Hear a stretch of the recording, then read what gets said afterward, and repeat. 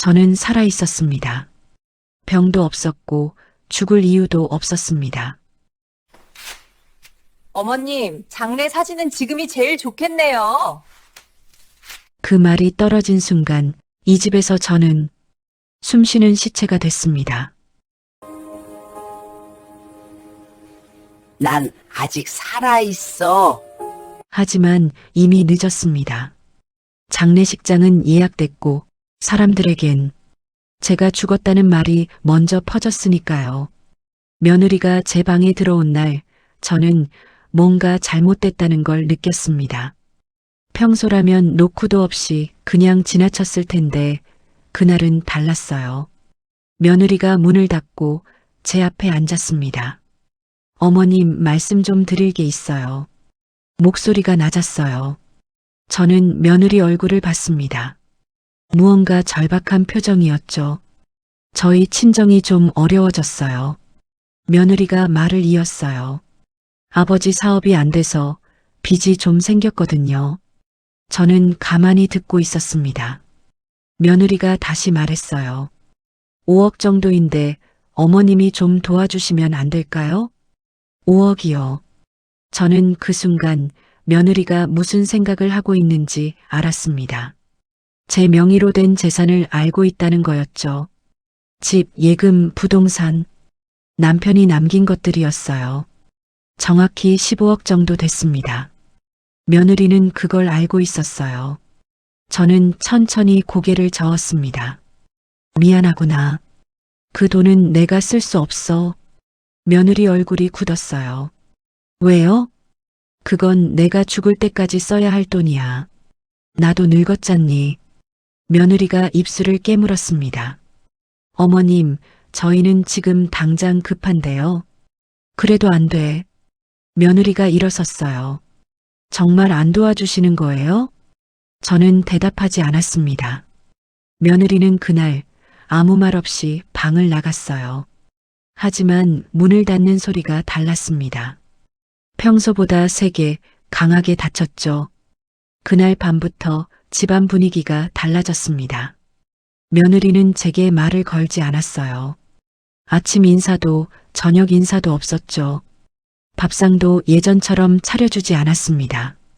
어머님은 알아서 드세요. 그 말 한마디만 남기고 며느리는 자기 방으로 들어갔어요. 아들도 달라졌습니다.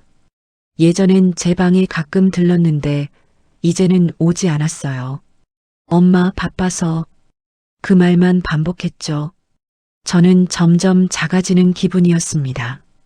일주일쯤 지났을까요? 며느리가 제 방 앞을 지나가며 중얼거리는 소리를 들었어요. 5억이 그렇게 아까우신가 봐. 어차피 곧 쓸 일도 없을 텐데. 저는 그 말을 듣고 가슴이 철렁했습니다. 곧 쓸 일도 없다는 게 무슨 뜻이죠? 며칠 뒤 며느리가 제 방을 정리하기 시작했어요. 어머님, 방 좀 정리할게요. 너무 어지럽잖아요. 며느리는 제 옷장을 열고 옷들을 꺼냈습니다. 이거 다 낡았네요. 버릴게요. 아직 입을 수 있는데. 어머님, 이제 안 입으실 거잖아요. 며느리는 제 말을 끊었어요. 그리고 옷들을 큰 봉투에 넣기 시작했습니다. 저는 그냥 가만히 앉아 있었어요. 뭐라고 말할 수가 없었습니다. 그날 이후 제 물건들이 하나씩 사라지기 시작했어요. 액자, 시계, 작은 장식품들 정리했어요. 며느리는 그 말만 했습니다. 저는 그때 알았어요. 며느리가 지금 하고 있는 건 단순한 정리가 아니라는 거요. 이건 제거였습니다. 저를 이 집에서 지워내고 있는 거였죠. 며느리는 제가 거절한 그날부터 이미 결심했던 것 같았어요. 어머님이 도와주지 않으면 다른 방법을 쓰겠다. 저는 그날 밤 창밖을 바라보며 생각했습니다. 며느리 눈빛이 달라졌어요. 예전엔 그래도 며느리였는데 이젠 아니었습니다. 이젠 저를 장애물로 보고 있었죠. 그날 알았습니다. 이 집에선 죽음보다 무서운 게 정리라는 걸요. 며느리가 전화 통화를 하는 소리가 들렸습니다. 복도에서였어요. 목소리가 다급했죠. 아빠 안 돼. 지금 당장 5억이 필요하다고. 저는 방문을 살짝 열고 들었습니다. 며느리가 계속 말하고 있었어요. 은행에서 압류 들어간대. 다음 주까지 안 갚으면 집 다 날아가. 며느리 친정이 정말 위험한가 봅니다. 며느리 목소리가 떨리고 있었어요. 시어머니한테 얘기했는데 안 된대. 15억이나 있으면서. 그 순간 저는 멈췄습니다. 며느리가 제 재산 규모를 정확히 알고 있었어요. 집이 8억, 예금이 5억, 나머지 부동산까지 합치면 15억 넘는다고. 근데 5억도 안 준대. 며느리가 한숨을 쉬었습니다. 아니, 나 진짜 이해가 안 가. 저 양반 혼자 뭐 하려고 그렇게 쥐고 있는 거야. 저는 그 말을 듣고 가슴이 내려앉았어요. 저 양반이요. 며느리는 이미 저를 사람 취급하지 않고 있었습니다. 며느리가 전화를 끊었어요. 그리고 거실로 나왔습니다. 아들이 소파에 앉아 있었어요. 며느리가 아들 옆에 앉으며 말했습니다. 여보, 우리 어떡해? 아들이 고개를 숙였어요. 장인어른한테 다시 한번 얘기해 볼게. 그게 아니라 며느리가 목소리를 낮췄습니다. 저는 방 안에서 귀를 기울였어요. 여보, 어머님 재산 말이야. 아들이 며느리를 봤습니다. 그게 왜? 우리가 나중에 받을 거잖아. 그거 미리 받을 수 없어? 아들이 당황한 표정을 지었어요. 그게 무슨 소리야? 엄마 살아계신데. 알아. 근데 생각해봐. 어머님 혼자 15억을 다 쓰실 것도 아니잖아. 며느리 목소리가 차갑게 변했습니다. 우리가 지금 급한데 저렇게 쥐고만 계시면 뭐해? 아들이 아무 말도 하지 못했어요. 며느리가 다시 말했습니다. 나 진짜 모르겠어. 우리가 죽으라는 건지. 저는 그날 방문을 조용히 닫았습니다. 더 이상 듣고 싶지 않았어요. 며느리는 이미 계산하고 있었습니다. 제가 가진 것, 제가 죽으면 받을 것, 그리고 그걸 지금 당장 가져가는 방법을요. 다음 날 며느리가 집에 손님을 불렀어요. 보험 설계사였습니다. 거실에서 상담을 하고 있었죠.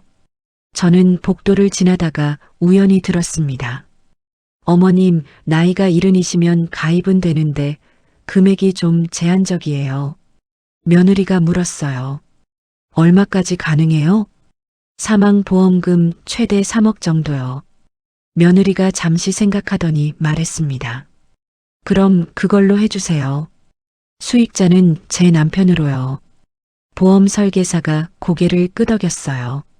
네, 그럼 어머님 서명만 받으시면 됩니다.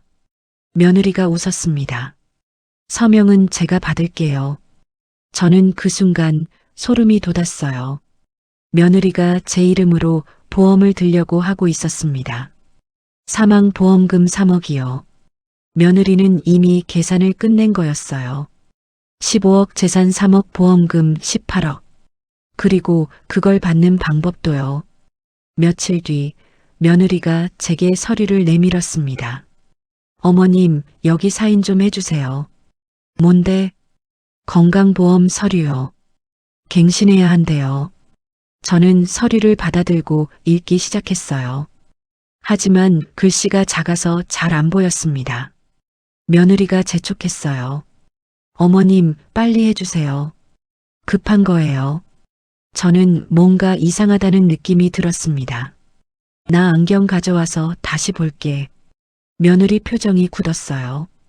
어머님, 그냥 사인만 하시면 되는데요. 아니야. 나 읽어보고 할게. 저는 서류를 들고 제 방으로 들어갔습니다. 며느리가 뒤에서 말했어요. 어머님, 그거 오늘 안에 내야 해요. 저는 대답하지 않고 방문을 닫았습니다. 안경을 쓰고 서류를 자세히 읽었어요.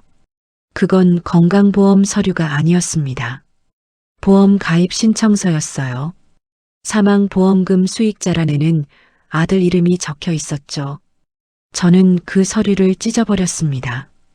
며느리는 제 사인 없이는 보험을 들 수 없을 거예요.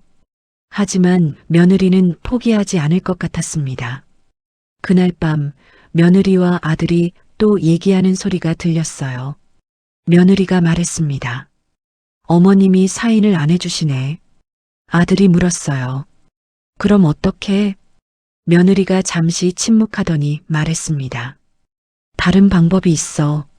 그 말투가 너무 차가워서 저는 등골이 오싹했습니다.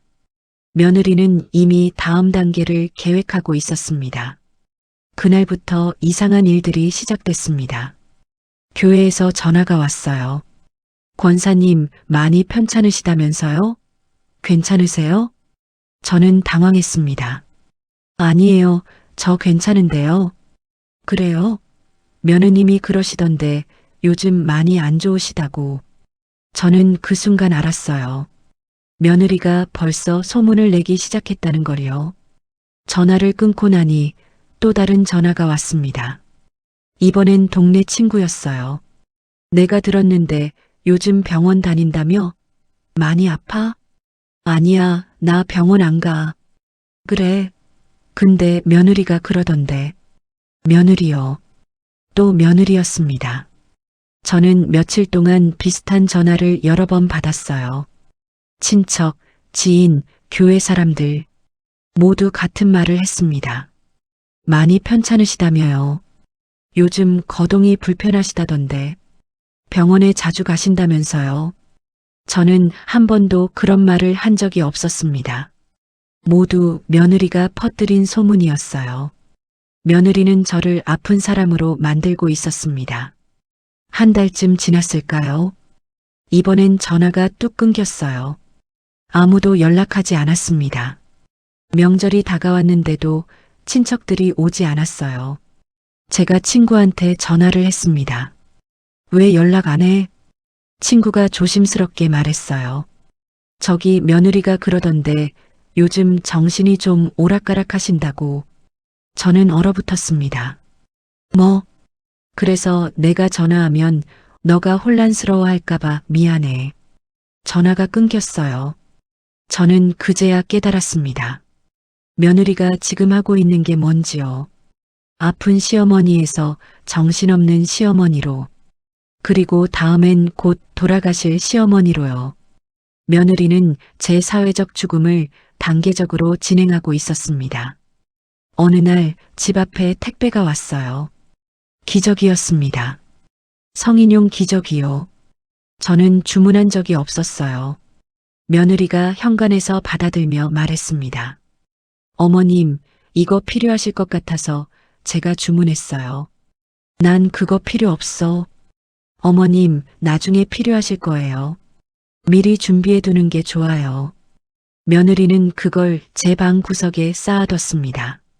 마치 제가 곧 쓰게 될 거라는 듯이요. 며칠 뒤엔 휠체어가 왔어요. 어머님, 요즘 걷기 힘들어 하시잖아요. 나 멀쩡해. 그래도 준비해 두면 좋잖아요. 휠체어는 거실 구석에 세워졌습니다. 누가 봐도 환자가 있는 집처럼 보였어요. 그리고 며느리는 그걸 의도한 거였습니다. 이웃이 놀러 왔을 때 며느리가 말했어요. 요즘 시어머님이 많이 힘들어 하세요. 보시다시피 며느리는 휠체어를 가리켰습니다. 이웃이 저를 보며 안쓰러운 표정을 지었어요. 아이고, 많이 편찮으시구나. 저는 아무 말도 할 수 없었습니다. 뭐라고 해도 소용없을 것 같았어요. 이미 모두가 며느리 말을 믿고 있었으니까요. 한 달 뒤 교회에서 신방을 왔습니다. 목사님과 장로님이 오셨어요. 며느리가 현관에서 맞이하며 말했습니다. 목사님, 와주셔서 감사합니다. 어머님이 요즘 정말 힘들어 하세요. 목사님이 제 방으로 들어왔습니다. 저는 침대에 앉아 있었어요. 권사님, 괜찮으세요? 네, 괜찮습니다. 목사님이 제 손을 잡으며 기도했어요. 하나님, 이 연로하신 권사님을 불쌍히 여기시고. 저는 그 단어들이 가슴에 박혔습니다. 저는 아직 죽지 않았는데요. 기도가 끝나고 목사님이 나가셨어요. 복도에서 며느리와 얘기하는 소리가 들렸습니다. 며느리님, 힘드시겠어요? 네, 힘들긴 한데 어쩌겠어요. 끝까지 모셔야죠. 끝이요. 며느리는 이미 끝을 보고 있었습니다. 그날 밤 저는 거울을 봤어요. 제 얼굴이 비쳤습니다. 주름은 있었지만 아직 건강했어요. 병도 없었고 정신도 멀쩡했습니다. 하지만 세상은 더 이상 그렇게 보지 않았어요. 며느리가 만든 이미지 속에서 저는 이미 곧 죽을 사람이었습니다. 저는 그날 전화기를 들었어요. 친구들에게 전화를 걸어보려고요. 하지만 아무도 받지 않았습니다. 모두가 저를 피하고 있었어요. 며느리가 뿌린 말들 때문에요. 저는 전화기를 내려놓았습니다. 살아있다는 말을 아무도 믿지 않았습니다. 저는 더 이상 항변하지 않기로 했습니다. 며느리가 원하는 대로 조용한 사람이 되기로요. 아니, 조용한 사람처럼 보이기로요. 어느 날 아침 며느리가 제 방에 들어왔어요. 어머님, 오늘 병원 가실 거죠? 저는 고개를 저었습니다. 아니, 안 갈게. 어머님, 정기검진 받으셔야죠. 건강 체크해야 해요. 며느리 목소리가 이상하게 다급했어요. 저는 며느리를 가만히 봤습니다. 며느리는 제가 병원에 가길 원했어요. 진단서가 필요했겠죠. 환자라는 증거가요. 알았어. 갈게. 며느리 얼굴이 환해졌습니다. 네, 제가 모시고 갈게요. 병원에서 의사 선생님이 물었어요. 어디 불편하신 데 있으세요? 아니요, 없습니다. 며느리가 옆에서 말을 끊었어요. 선생님, 요즘 어머님이 자꾸 깜빡깜빡하세요. 치매 검사 좀 받아볼 수 있을까요? 저는 며느리를 봤습니다. 며느리는 제 눈을 피했어요. 의사 선생님이 검사를 했고 결과가 나왔습니다. 정상이시네요. 치매 증상 전혀 없으십니다. 며느리 얼굴이 굳었어요. 그럴 리가 집에선 분명히. 며느리는 말을 흐렸습니다. 저는 그날 며느리가 뭘 바라고 있었는지 정확히 알았어요. 병명이요. 진단서요. 제가 환자라는 공식적인 증거요. 집으로 돌아오는 차 안에서 며느리는 한마디도 하지 않았습니다. 저도 말이 없었어요. 하지만 저는 결심했습니다. 이제 제가 움직여야 한다고요. 그날 밤 저는 오래된 서랍을 열었어요. 남편이 남긴 서류들이 있었습니다. 집 등기부등본, 예금 통장, 부동산 서류. 저는 그걸 하나하나 꺼내 확인했어요. 모두 제 명의였습니다. 15억 정도 되는 재산이었죠. 며느리가 노리는 게 바로 이거였어요. 저는 그날 조용히 집을 나갔습니다. 며느리에게 아무 말도 하지 않았어요. 산책 다녀올게. 그렇게만 말하고 나왔죠. 저는 법무사 사무실로 갔습니다. 유언장을 작성하고 싶습니다. 법무사가 물었어요. 어떻게 하시겠어요? 제 재산은 전부 사회에 기부합니다. 아들에게도 며느리에게도 한 푼도 남기지 않겠습니다. 법무사가 잠시 망설이더니 말했습니다. 혹시 가족 간에 문제가 있으신 겁니까? 네. 그래서 확실하게 해두려고요. 유언장 작성이 끝났습니다. 공증까지 완료했어요. 이제 며느리가 무슨 짓을 해도 제 재산은 며느리에게 가지 않을 겁니다. 저는 집으로 돌아왔어요. 며느리가 물었습니다. 어머님, 어디 다녀오셨어요? 그냥 산책. 며느리는 더 이상 묻지 않았어요. 저는 제 방으로 들어가 유언장 사본을 깊숙이 숨겨뒀습니다. 며칠 뒤 저는 또 나갔어요. 이번엔 은행이었습니다. 제 통장 거래 내역을 모두 출력해 주세요. 최근 10년치요. 은행원이 물었어요. 무슨 일이세요? 나중에 필요할 것 같아서요. 거래 내역을 받아들고 저는 복사본을 여러 장 만들었습니다. 그리고 한 장은 변호사 사무실에 맡겼어요. 혹시 제게 무슨 일이 생기면 이걸 경찰에 제출해 주세요. 변호사가 놀란 표정으로 물었습니다. 어르신, 무슨 일이 있으신 겁니까? 아직은 아니에요. 하지만 곧 있을 것 같아서요. 변호사는 서류를 받아 금고에 넣었습니다. 저는 그날 집으로 돌아오며 생각했어요. 이제 준비는 끝났어요. 며느리가 무슨 짓을 하든 저는 증거를 남겼습니다. 유언장, 거래 내역, 그리고 제 진술서까지요. 며느리는 모를 거예요. 제가 지금 뭘 하고 있는지요. 집에 도착했을 때 며느리가 전화 통화를 하고 있었습니다.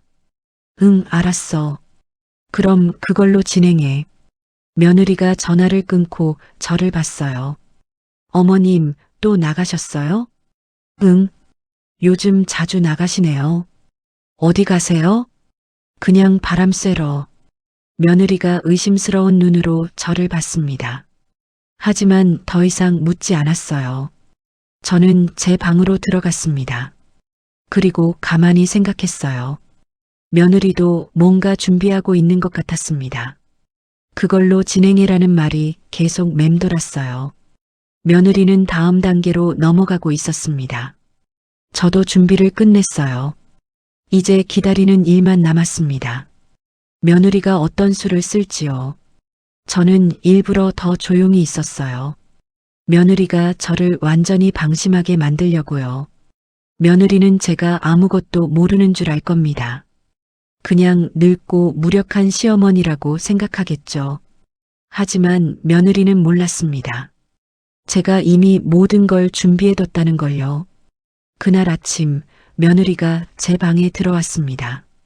평소와 달리 긴장한 표정이었어요. 어머님, 오늘은 집에만 계세요. 왜? 그냥 오늘은 밖에 나가시면 안 돼요. 며느리 목소리가 떨리고 있었습니다. 무슨 일 있어? 아니에요. 그냥 집에 계세요. 꼭이요. 며느리가 제 방문을 닫고 나갔어요. 현관문이 닫히는 소리가 들렸습니다. 저는 창문으로 내다봤어요. 며느리가 검은색 옷을 입고 차를 타고 나가고 있었습니다. 뭔가 이상했어요. 저는 거실로 나왔습니다. 소파에 며느리 핸드폰이 놓여 있었어요. 놓고 간 거였습니다. 그때 핸드폰이 울렸어요. 발신자 이름이 화면에 떴습니다. 장례식장. 저는 손이 떨렸습니다. 전화를 받았어요.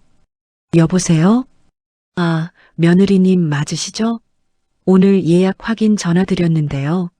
무슨 예약이요? 김명자님 장례식이요. 오후 2시 예약 확인하려고요.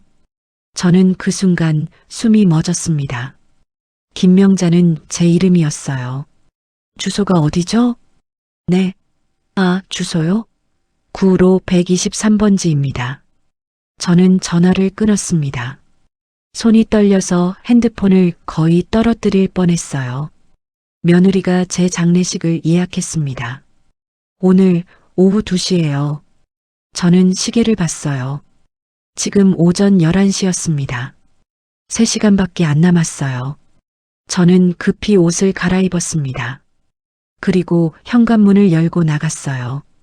택시를 잡았습니다. 9로 123번지로 가주세요. 장례식장이요? 네. 택시 기사님이 조심스럽게 물었어요. 조문 가시는 거예요? 저는 잠시 멈췄다가 대답했습니다.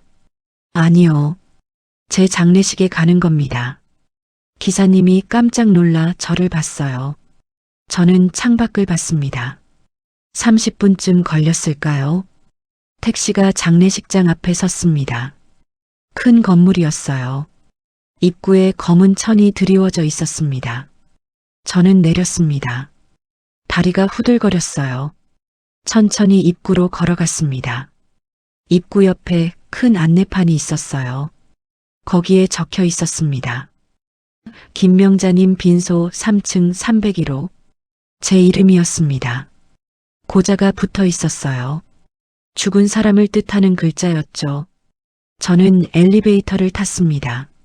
3층 버튼을 눌렀어요. 엘리베이터가 올라가는 동안 저는 거울에 비친 제 모습을 봤습니다. 살아 있었어요. 숨쉬고 있었고 심장이 뛰고 있었습니다. 하지만 3층에는 제 장례식이 있었어요. 엘리베이터 문이 열렸습니다. 복도가 보였어요. 301호 방향 화살표가 있었습니다. 저는 천천히 걸어갔어요.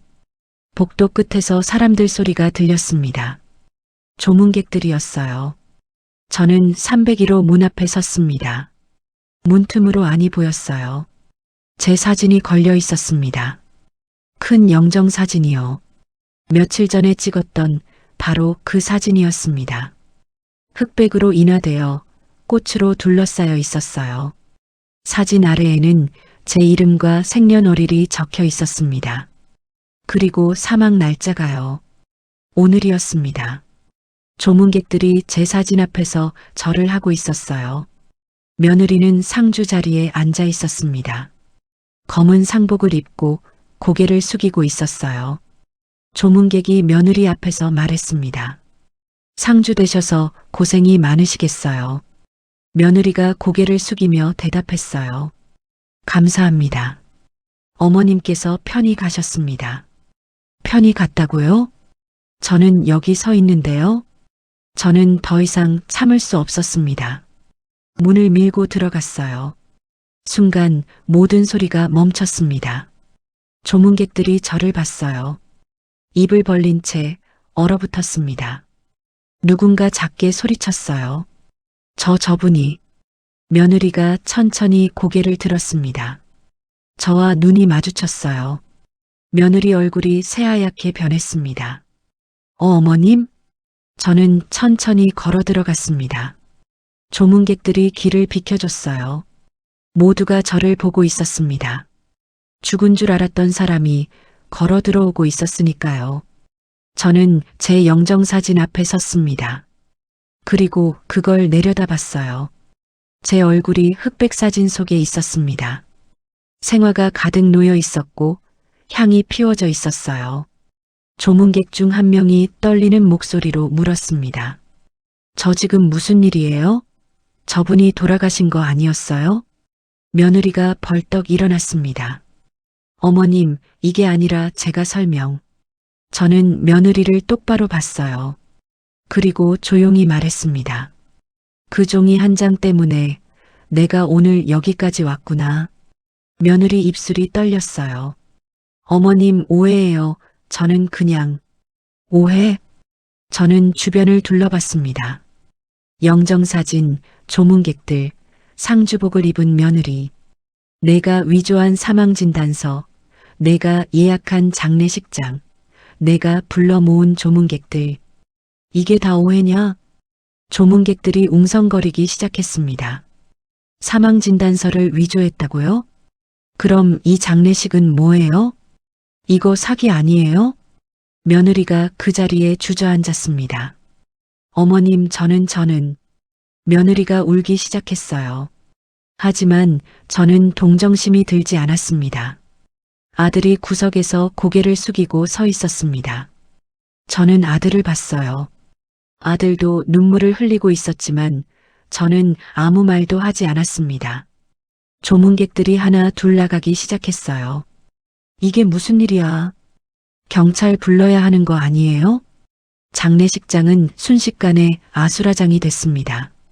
저는 마지막으로 제 영정사진을 봤어요. 그리고 조용히 그걸 내렸습니다. 죽은 사람은 영정 속에 없었습니다. 걸어 들어오고 있었으니까요. 장례식장은 순식간에 혼란에 빠졌습니다. 조문객들이 수군거렸고 몇몇은 휴대폰을 꺼내 사진을 찍기 시작했어요. 며느리는 바닥에 주저앉은 채 고개를 들지 못했습니다. 저는 며느리를 내려다봤어요. 일어나. 며느리가 떨리는 목소리로 말했습니다. 어머님, 저는 정말 일어나라고 했어. 며느리가 비틀거리며 일어났어요. 얼굴이 눈물과 콧물 범벅이었습니다. 저는 주머니에서 서류 봉투를 꺼냈어요. 조용히 테이블 위에 올려놨습니다. 이게 뭔지 아니? 며느리가 봉투를 봤어요. 고개를 저었습니다. 모르겠어요. 저는 봉투를 열었습니다. 첫 번째 서류를 꺼냈어요. 유언장이야. 며느리 얼굴이 더 창백해졌습니다. 유언장? 3개월 전에 작성했어. 공증도 받았지. 저는 유언장을 펼쳤습니다.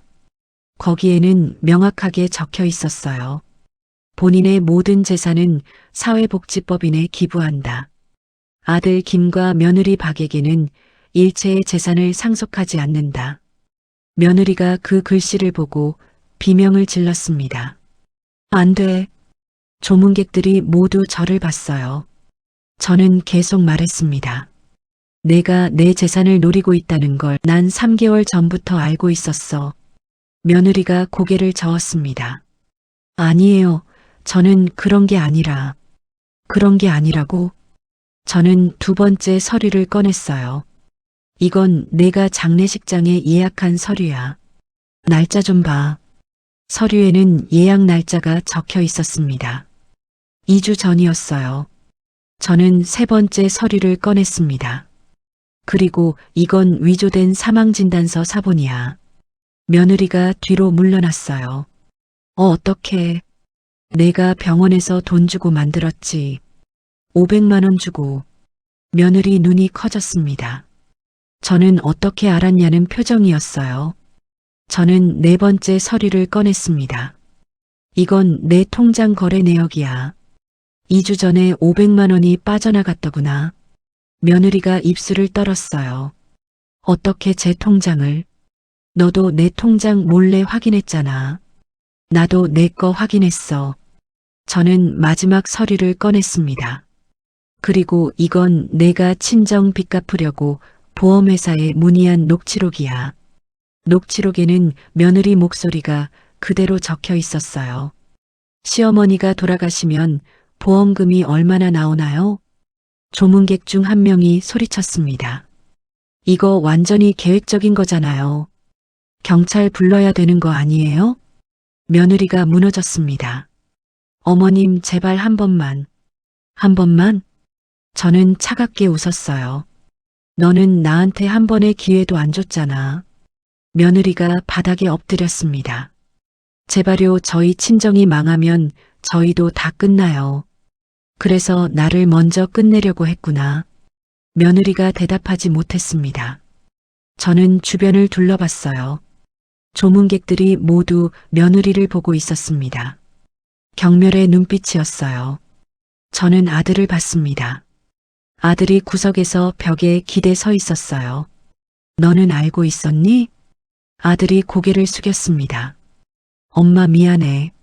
알고 있었구나. 아들이 울기 시작했어요. 나도 막으려고 했어. 근데 와이프가 너무 절박해서. 절박하면 사람을 죽여도 돼? 아들이 대답하지 못했습니다. 그때 장례식장 직원이 다가왔습니다. 저기 이게 무슨 일이신지 경찰을 불러야 할까요? 저는 고개를 끄덕였습니다. 네, 불러주세요. 며느리가 저를 올려다봤어요. 어머님, 제발 경찰은 안 돼요. 저 감옥 가면. 내가 날 어디로 보내려고 했는데? 며느리가 입을 다물었습니다. 저는 조용히 말했어요. 너는 날 땅속에 묻으려고 했잖아. 며느리가 흐느끼기 시작했습니다.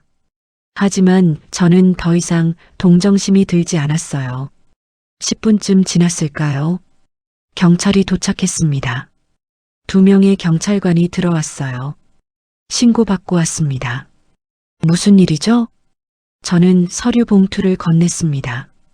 위조 사망진단서, 사기, 그리고 살인 미수 시도입니다. 경찰관이 서류를 확인했어요. 얼굴이 굳어졌습니다. 이게 정말입니까? 네. 모두 증거입니다. 경찰관이 며느리를 봤어요. 따라오셔야겠습니다. 며느리가 경찰관 다리를 붙잡았습니다. 제발요, 저는 경찰관이 며느리를 일으켰어요. 수갑을 채웠습니다. 며느리가 마지막으로 저를 봤어요. 어머님, 제발 용서해 주세요. 저는 고개를 저었습니다. 내가 용서받을 수 있는 선은 이미 오래전에 넘었어. 며느리는 그날 경찰차에 실려갔습니다. 조문객들은 모두 나갔고 장례식장은 텅 비었어요. 저만 남았습니다.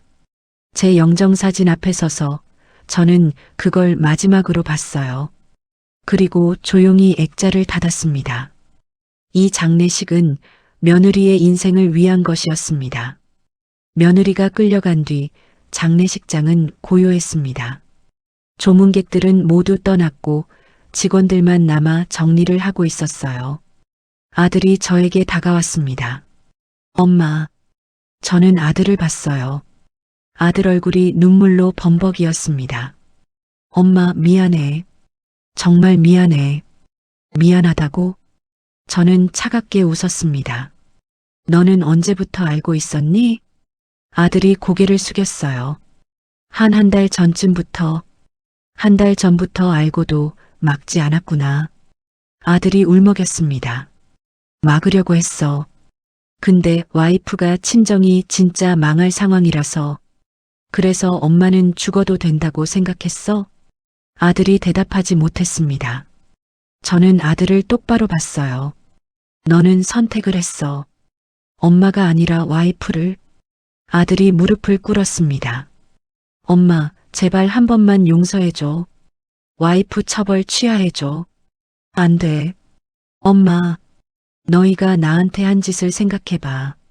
나를 죽은 사람으로 만들고 장례식까지 치렀잖아. 아들이 바닥에 엎드렸어요. 제발 엄마, 우리 애들도 있어. 애들은 죄가 없잖아. 저는 아들을 내려다봤습니다. 내 애들이 죄가 없다면 나는 죄가 있었어? 아들이 흐느끼기 시작했습니다.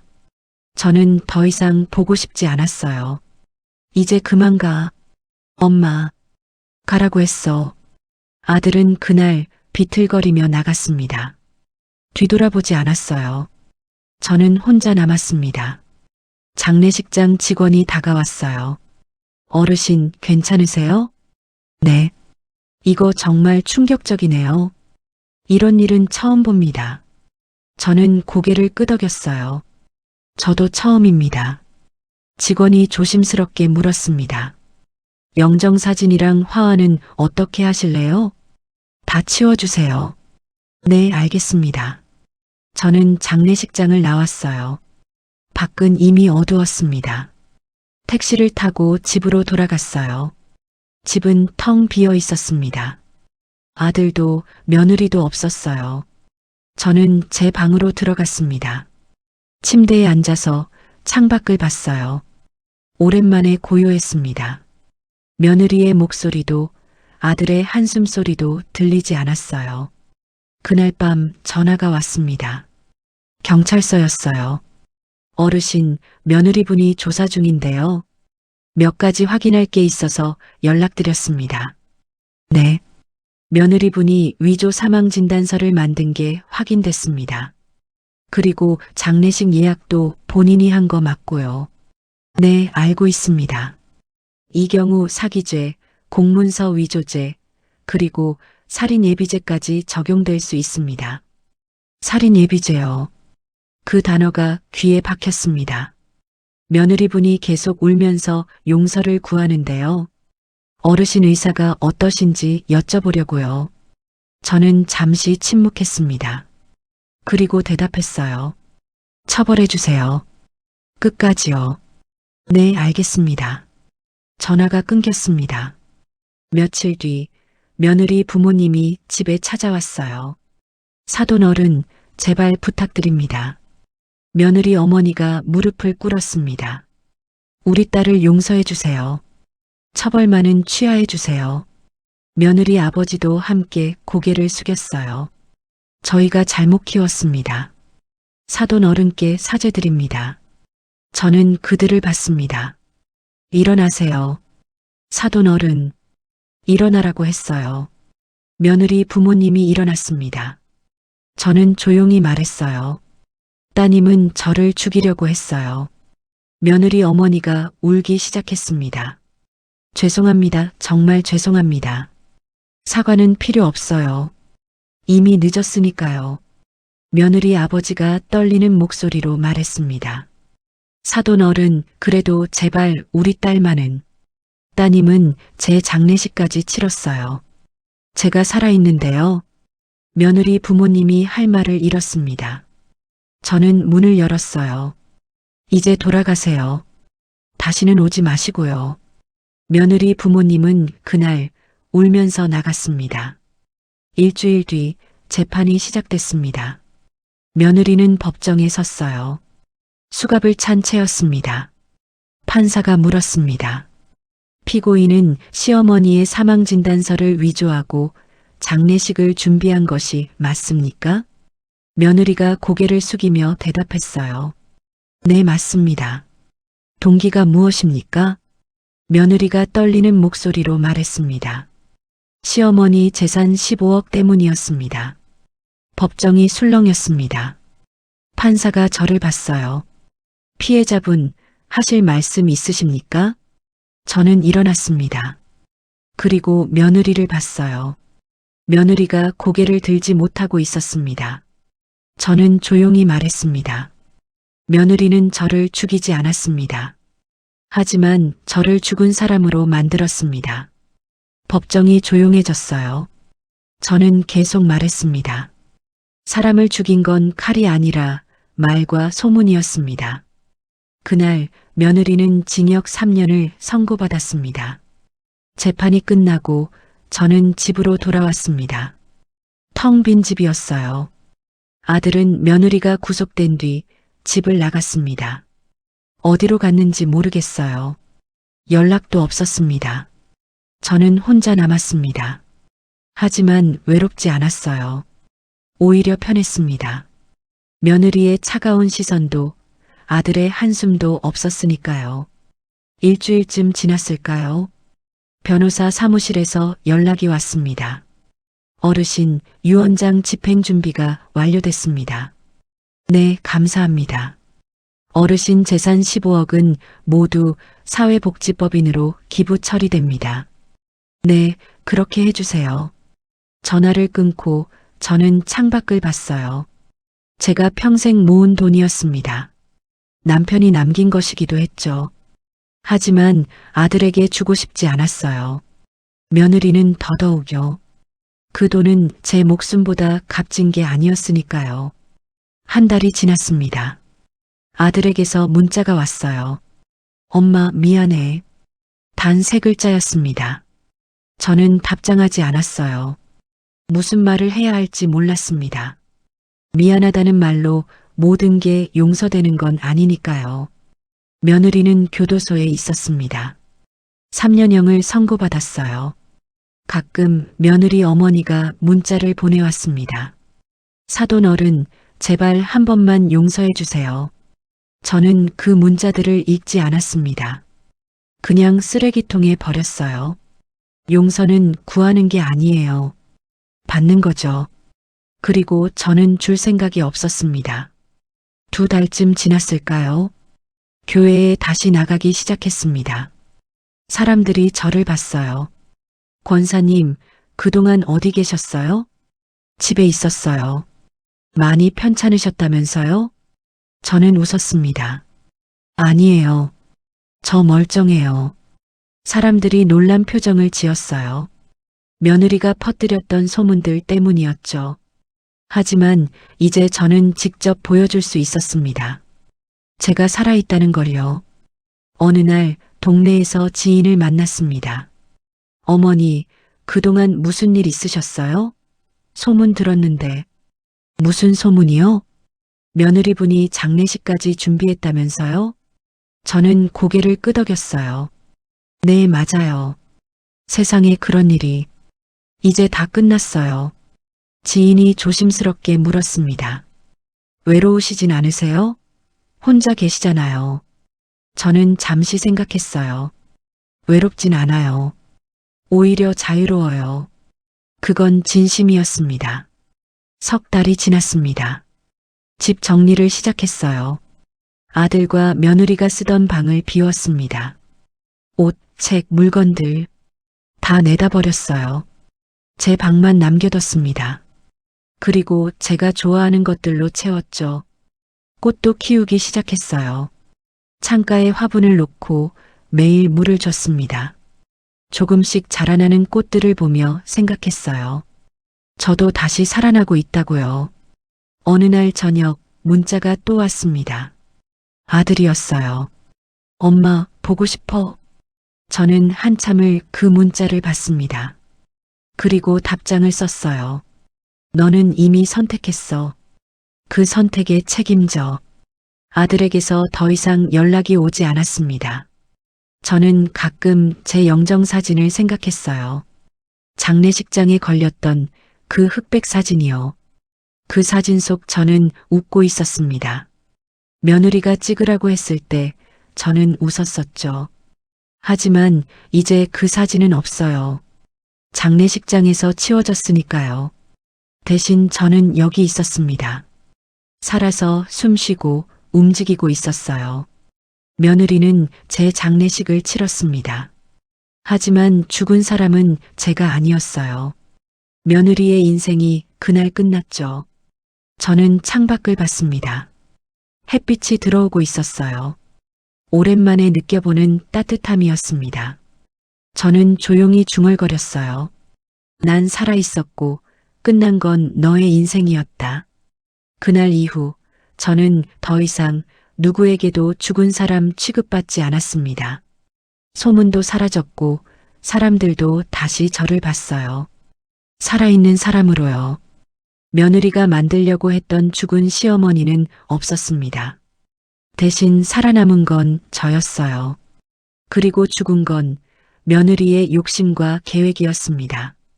저는 이제 제 인생을 살 겁니다. 누구를 위해서가 아니라 저를 위해서요. 밥값이 아깝다던 그 말도, 죽은 사람 취급하던 그 시선도 이제 다시는 듣지 않을 겁니다. 저는 자유로웠습니다. 살아있는 사람을 먼저 죽여버린 순간 그날의 장례식은 이미 다른 사람의 것이었습니다. 여기까지 들어주셔서 감사합니다. 시청자 여러분께 말씀드리고 싶은 게 있습니다. 가족이라는 이름으로 모든 걸 참아야 한다고 생각하지 마세요. 당신이 살아있는데 죽은 사람 취급받을 필요는 없습니다. 밥값도 아깝다는 말, 어차피 오래 못 산다는 시선, 그런 말과 시선 속에서 살 필요 없어요. 때로는 끊는 것도 용기입니다. 때로는 떠나는 것도 사랑입니다. 당신의 인생은 당신이 지켜야 합니다. 누군가 당신을 지우려 한다면 당신은 더 크게 살아야 해요. 오늘 이야기가 여러분께 작은 용기가 되었으면 좋겠습니다. 그리고 혹시 이 이야기가 마음에 와닿으셨다면 구독과 좋아요로 응원해 주세요. 여러분의 한 번의 클릭이 저에게는 큰 힘이 됩니다. 다음 이야기도 기대해 주시고요. 오늘도 힘내세요. 그리고 기억하세요. 당신은 살아있습니다. 그 누구도 당신을 지울 수 없어요.